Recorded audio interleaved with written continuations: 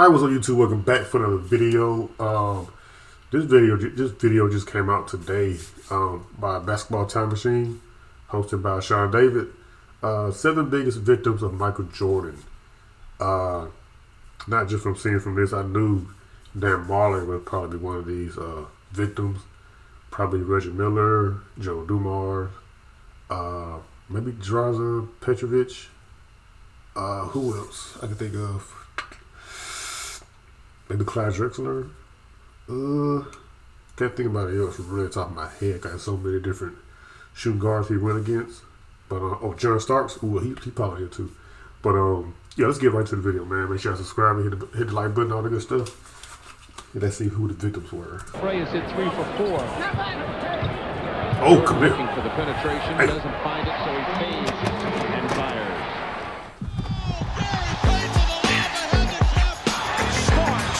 Hey guys, this is Dominique Wilkins. Hey, this is Sean Kemp. Hey, this is Pau Gasol. NBA fans, what's up? This is Vince Carter here. Hey, what's up? This is Matt Barnes. If you're an old school NBA fan like I am, make sure you check out the Basketball Time Machine with my man Sean David. Hey guys, what's good? Welcome back to the Basketball Time Machine. I'm your host. That boy got that platinum sweater on, don't he? Oh my gosh, huh? Sean David. Thanks for tuning in. Let's talk some old school NBA basketball. In today's episode, I want to take a look at NBA players that really had a bad time playing against Michael Jordan. So guys that really got destroyed over their entire career playing against MJ. But before we dive into today's episode, I want to ask you guys for a small favor. Please subscribe to the channel and like the video if you enjoy the content. I already got you. All right, enough said. Let's dive right into today's episode. Let's get it.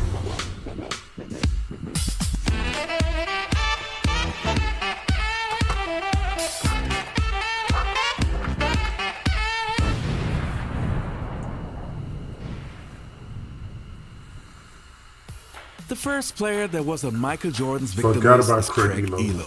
Playing for the Cleveland Cavaliers, who were a powerhouse in the Eastern Conference in the late 1980s to mid-1990s, Craig Elo often got the task to guard Michael Jordan. And even though Elo was not the most athletic guy, he was a solid defender. But for whatever reason, Michael Jordan would have some of his greatest performances against the Cleveland Cavaliers and, of course, Craig Elo. MJ almost averaged 34 points per game against Elo, and also would have some of the craziest highlights that will last forever in every fan's memory. Down to 7, it was 11. Here's Jordan in deep on Elo. And one. We've seen them all, Jimmy. We've seen them all. And Craig Elo, who has scored 15 points here in the fourth quarter, has played big in the big period, the biggest of the season for the Cavaliers. Sellers has Jordan. Jordan with 2 seconds to go. At the buzzer, Michael Jordan has won it for Chicago. Another player that was on Michael Jordan's hit list was Dan Marley. Thunder Dan was actually one of my favorite players in the early 1990s because he was a guy who could shoot from literally anywhere, but also give you 110% on defense. Playing for the Phoenix Suns in the Western Conference, he did not have too many matchups against Michael Jordan and the Chicago Bulls, but when they played against each other, Dan Marley got tortured by MJ. If we take a look at the numbers, you would think that Jordan played against a scrub, but Dan Marley was an NBA All-Star and really could hoop. But again, Michael Jordan just needed some extra motivation, and the rest is history. I knew that Jerry Krause loved Dan Marley, and just because Krause liked him was enough for me. You think he's a great defensive player? Okay, fine. I'm gonna show you that he's not. He'll take it all the way to the basket and drops it in. I put it in my mindset that if I don't do this, then they're gonna consider him on the same level as me, and that motivated me to. Jordan loved that. He feed off of that. Frank Johnson, not the man that the Suns would have wanted. Too easy. And Jordan is able to go the distance. Worst thing that can happen. Let him score and use up very few precious seconds. And the next player that I want to talk about is Brian Russell. With Russell, it's very interesting because he's actually one of the few guys who challenged Michael Jordan in terms of trash-talking MJ. Something that is never a good idea, but some people just had to learn the hard way. Looking at the numbers, again, Jordan would dominate.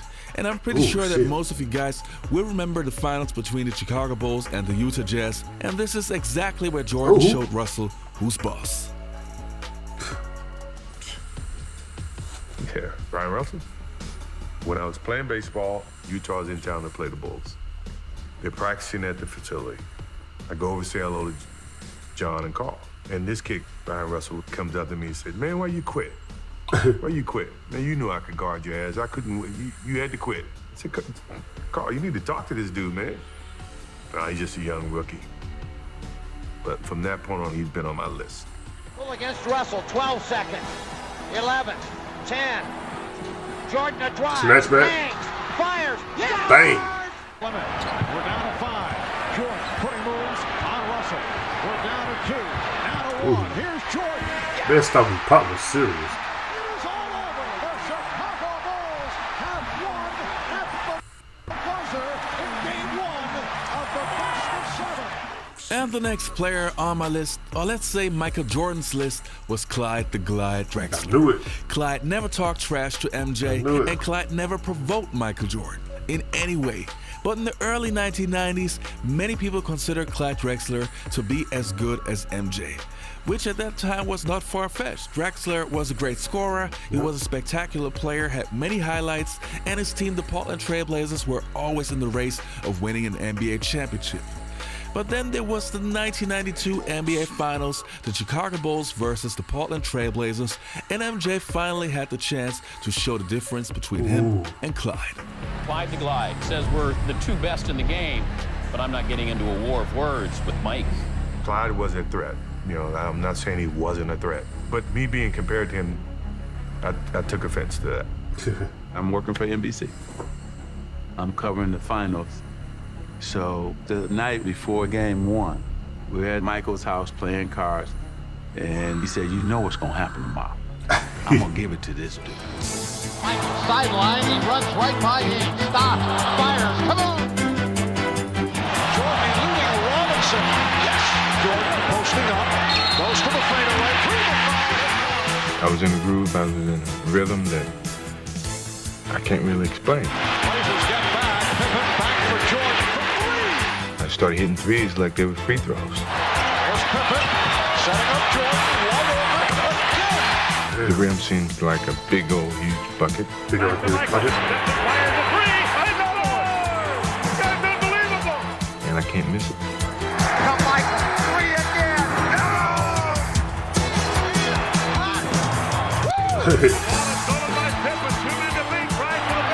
Hey!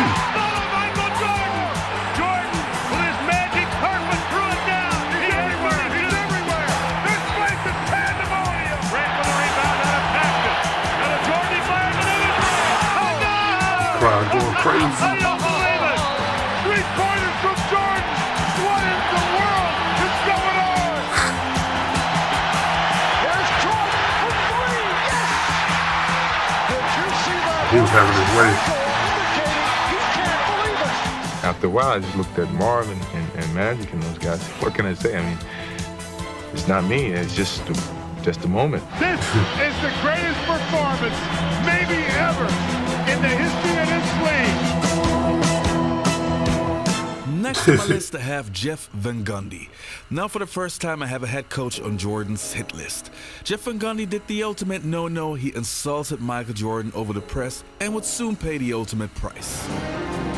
His way is to befriend them, to soften them up, make them feel like he cares about them, and then he goes out there and physically tries to destroy them. Michael Jordan is always on the lookout for extra motivation. In January, Jeff Van Gundy did just that. An NBA season-high 51 points left Van Gundy and the Knicks speechless. Mr. Van Gundy has a Jordan headache right now. Did you take it personally when Van Gundy called you a con man? Yes. It rubbed me the wrong way then, and if I hear it now, it still rubs me the wrong way because that was never my intent. Now, while we're talking about the New York Knicks, let's talk about John Starks. John Starks was a great defender, a great hustle player, a guy who would literally do whatever it takes to win a basketball game. And playing against Michael Jordan, you could see that he was really giving all he had. In some games, Starks would do a pretty good job, but in other games, Jordan would play with Starks like little girls play with Barbie dolls. When Jordan would go off, he would embarrass Starks, especially in the Madison Square Garden. The best example would be in 1995 when Jordan had his first comeback and had only played a handful of games before he returned to New York and would put on a show for the ages. Michael Jordan as the jump shot falling here tonight. That first quarter, I knew we had something going. When I started hitting all the jump shots, and I could read Starks every move. You know, I basically had him at my disposal in a sense. We're going to keep going to the well with Jordan and Starks. My, oh my. It was like Starks wasn't even there. And he continued his onslaught from just about everywhere on the court. Jordan off the turnover. Puts the move on. It works. And it counts. Michael Jordan. Well, that was Michael Jordan's 7 biggest victims. It's crazy. Couldn't nobody stop Jordan there. They tried. It was like, well, like you see right there, was a lot of players that were good defenders, but when Jordan was feeling like that player was doing too much for us, like saying that they could stop Jordan, that was a great defender, Jordan shut him up. Made him look stupid. That's crazy. Michael Jordan, one of my favorite players of all time. Can't stop Jordan, man. He's the greatest. One of the greatest. But let me know what y'all think about the video. Subscribe if you're new and all the good stuff. Hit the like button. You know, let me know what who should I react to next? You know, I'll do it. You know, peace out.